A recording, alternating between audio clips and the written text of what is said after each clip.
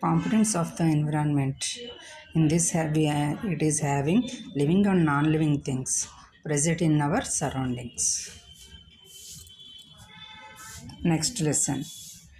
Dependency of living things means living things that depend on each other and non-living things to survive, like air, water,